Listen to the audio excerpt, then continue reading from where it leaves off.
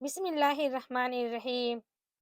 سواری نہ ملتی ہو، سفر کی مشکلات ہوں، گاڑی خراب ہو گئی ہو، موبائل، موٹر، فریج یا کوئی مشین خراب ہو، یا کوئی بھی دشواری ہو، تو سورہ قریش 41 مرتبہ بما تسمیہ اول و آخر 3 مرتبہ درود ابراہیمی پڑھنے سے مشکلات حل ہو جاتی ہیں۔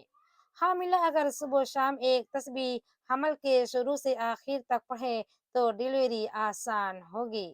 گھر کے راشن پر 101 مرتبہ پڑھنے سے برکت ہوگی، کبھی کمی نہ ہوگی، ہمیشہ کے لیے گھر سے بیماریاں، مشکلات ختم ہو جائیں گی، زندگی میں سکون، چین، برکت اور عافیت ہوگی۔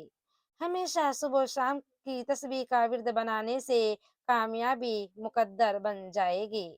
جو شخص کھانے کے بعد ایک دفعہ پڑھے گا، کھانا بیماری نہیں بنے گا، بلکہ اس کھانے سے بیماریاں دور ہو جائیں گی۔ 2 بار پڑھنے سے دسترخوان ہمیشہ اچھا ملتا رہے گا۔